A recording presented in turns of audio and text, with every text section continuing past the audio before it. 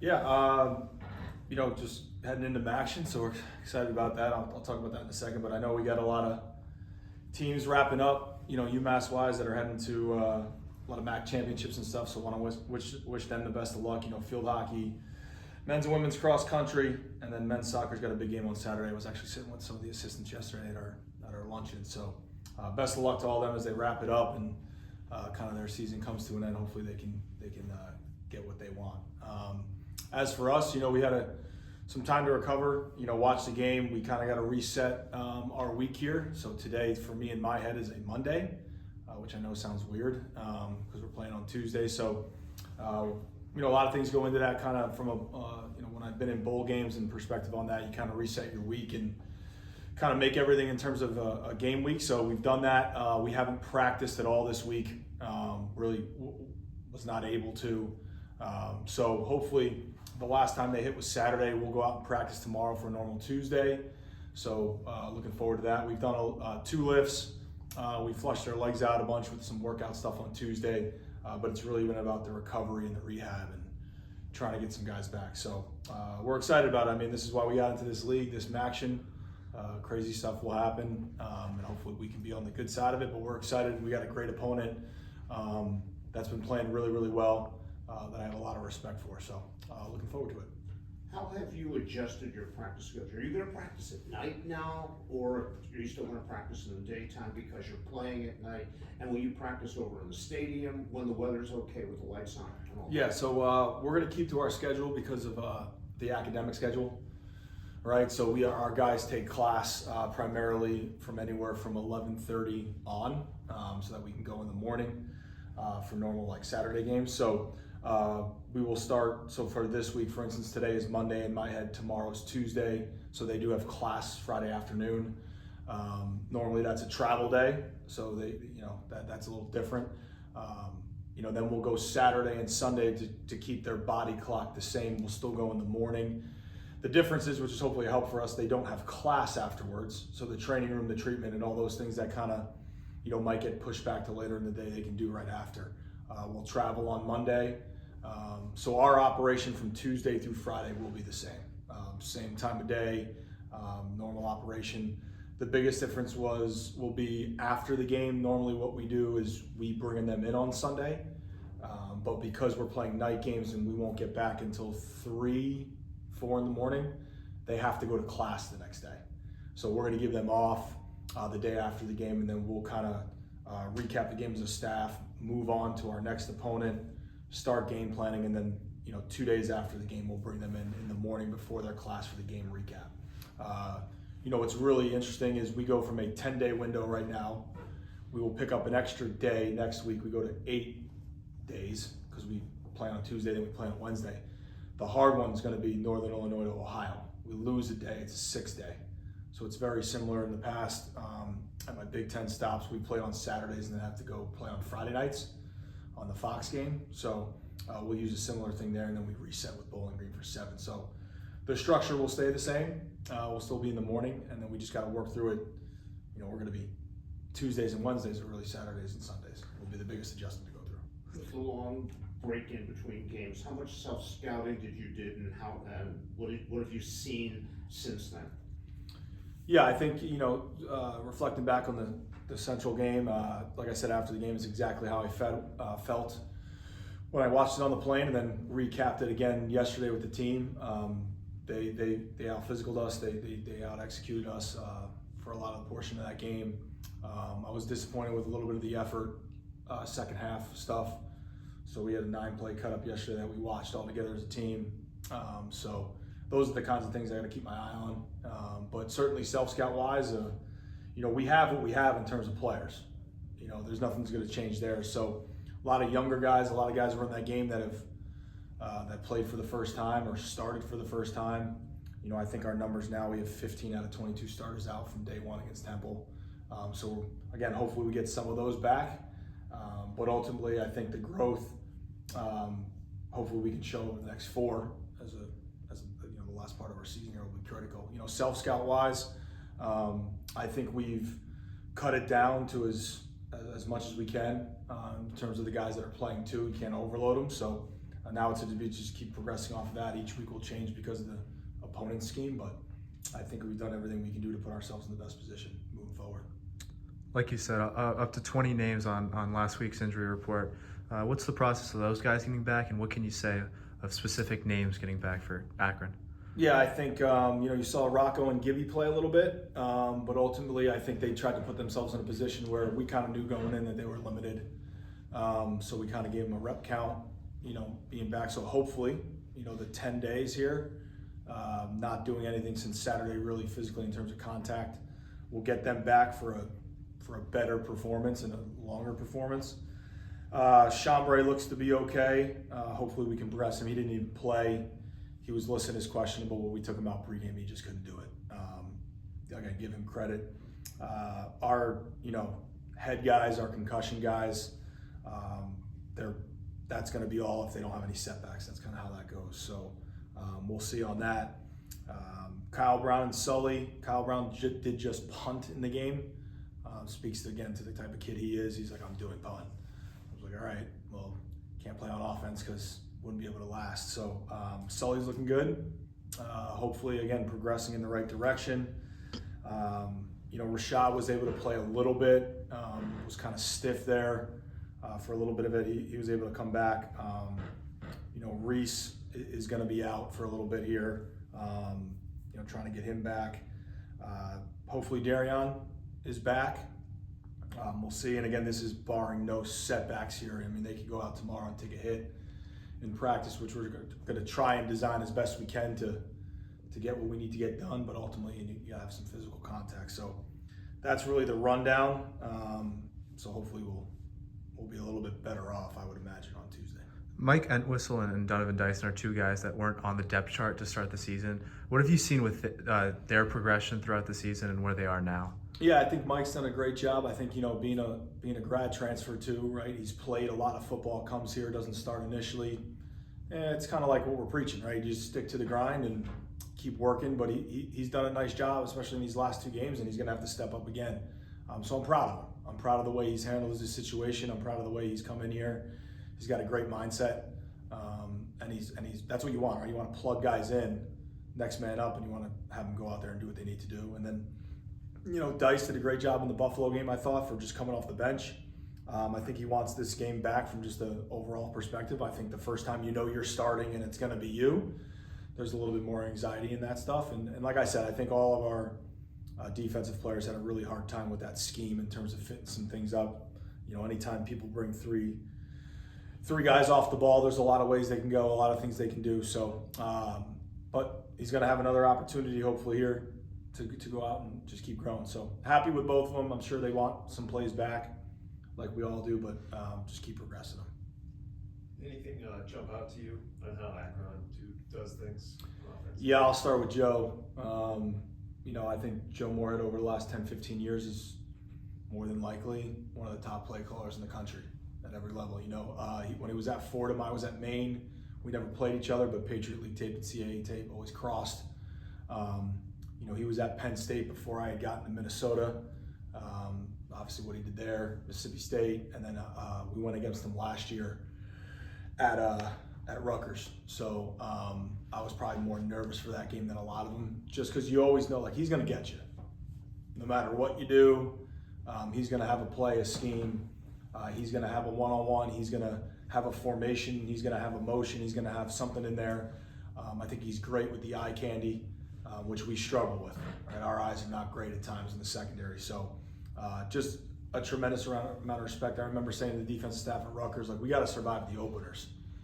That 10, 15, 20 plays that he designs are going to be probably pretty on to be right. So you can't let those be explosives. You can't let those be touchdowns.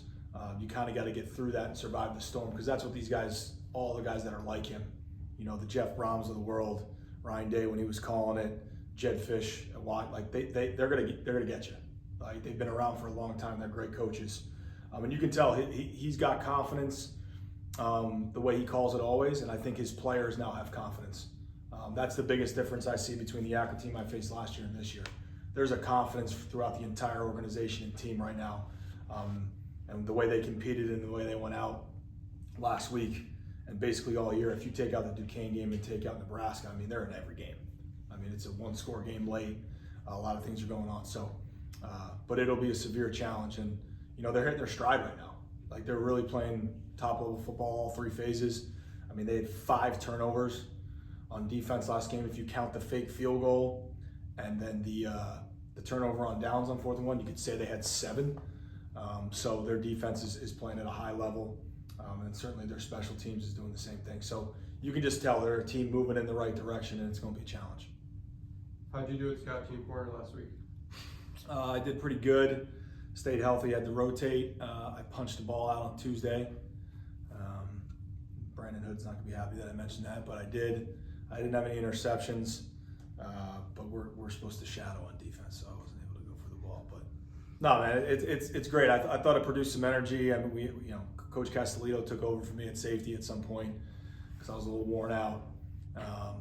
Hopefully we get some. The guys I don't talk about. The scout team guys that aren't playing, we don't talk about. We've had some injuries there, so hopefully we get a couple of those guys back. But it was fun. It reminded me why I'm in this.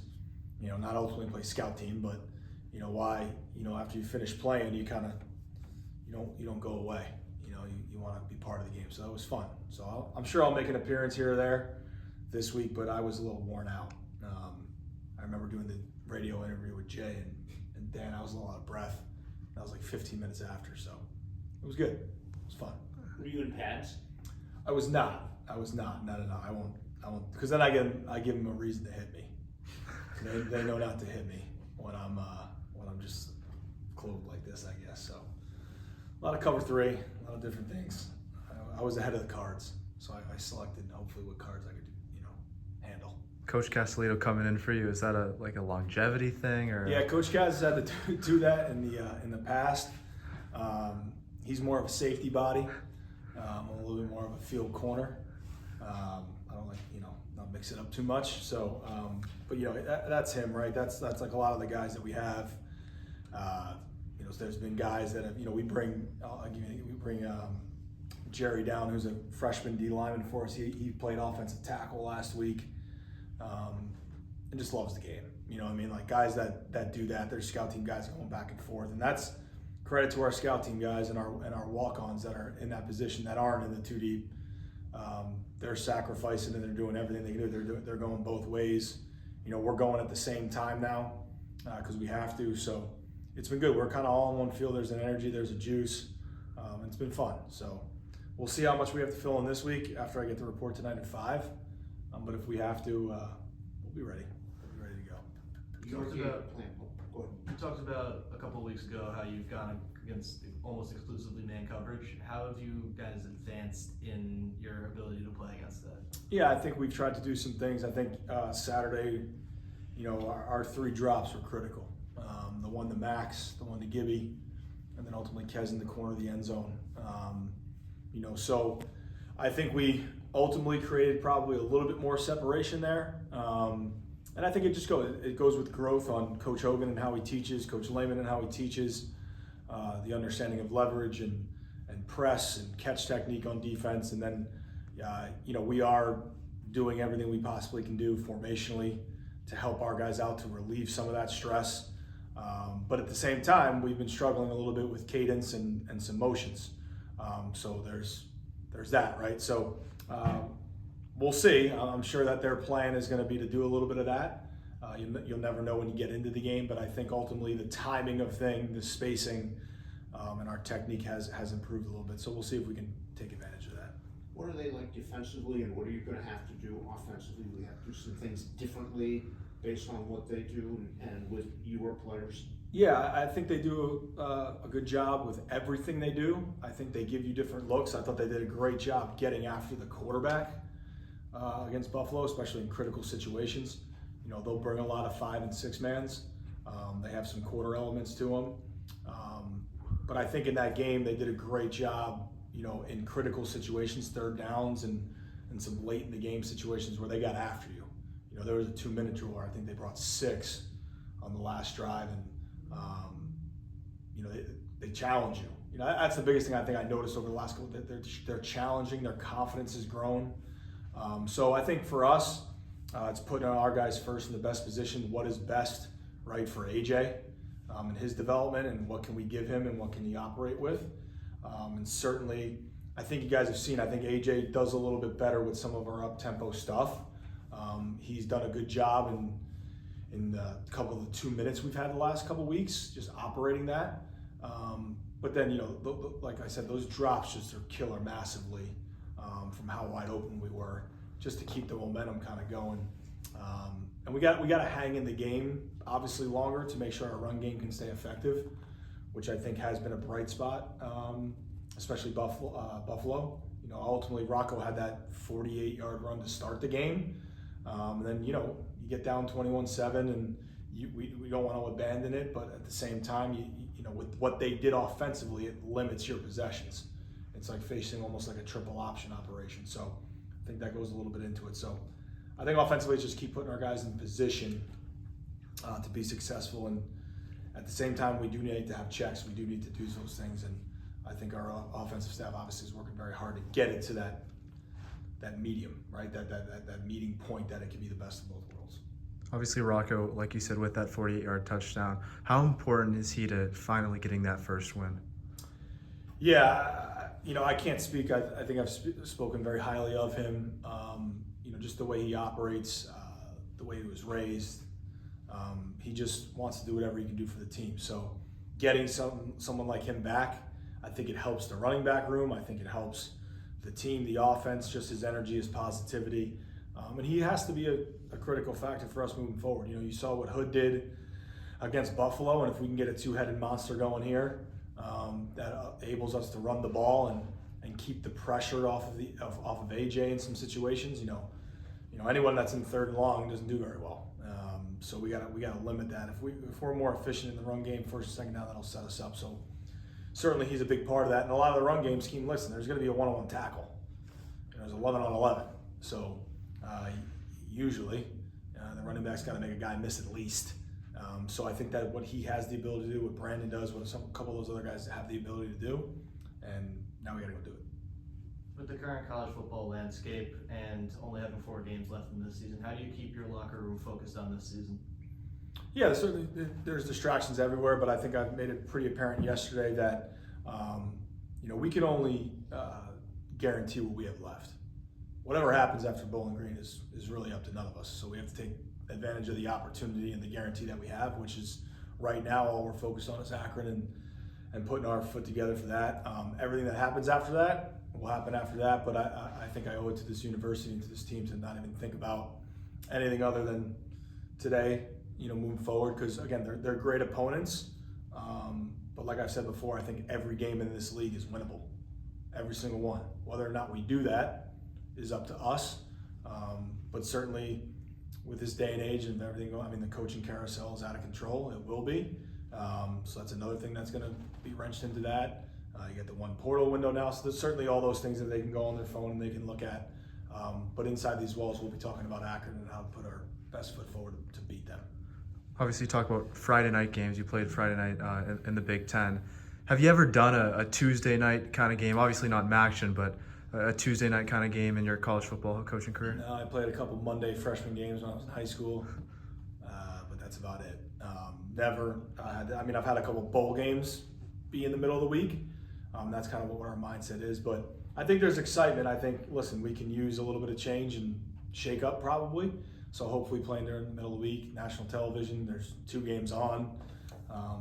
Get to go out and show people that we can be the team that we want to be. So I'm excited about it. It's a great venue that this league provides. You know, not only does the league provide us with stability, but it provides us with this platform to put our best foot forward and to go out there and put a great effort out. So I'm excited about it. I mean, I remember game plan over the last 7 years. You know, game's on in the background a little bit when I'm at my other schools, and it's kind of cool to peek up and watch and see some of the stuff that happens. And they call it MACtion for a reason. So I'm excited about being a part of that against a great opponent. So it should be fun. What have the guys' responses been like about transitioning to the Tuesday games? Yeah, I think a little just like offset at first, because like again, it's Tuesday, but it's really Saturday. So then, you know, and that's kind of how we're laying it out for them. So They're excited about it. This is our first time going through it. I think we have 3 guys, when I asked them to raise their hands, that have played in a MACtion game. I think I have that right. I think it's TG, DD Snyder, and Josh Nobles, maybe. I think those are the 3, if I have that right, unless someone didn't raise their hand, which is highly possible. But I think they're excited. I think it kind of provides a spark, potentially when we need one. A little change up, a little night game, a little under the lights, I've talked about it being one of only 2 games on in college football, so I think the response has been good so far. So we'll see. It's going to be a little bit weird, I guess, traveling on a Monday and playing on a Tuesday, and there's not really football on besides us, so got to figure out something that they're going to watch. I guess Monday Night Football will be on, so they'll watch that in the hotel at night when they're in their rooms. So, but I think they're excited. I think they're ready to go. Ultimately, time will tell. Thanks, Coach. All right. Thanks, guys. Appreciate it.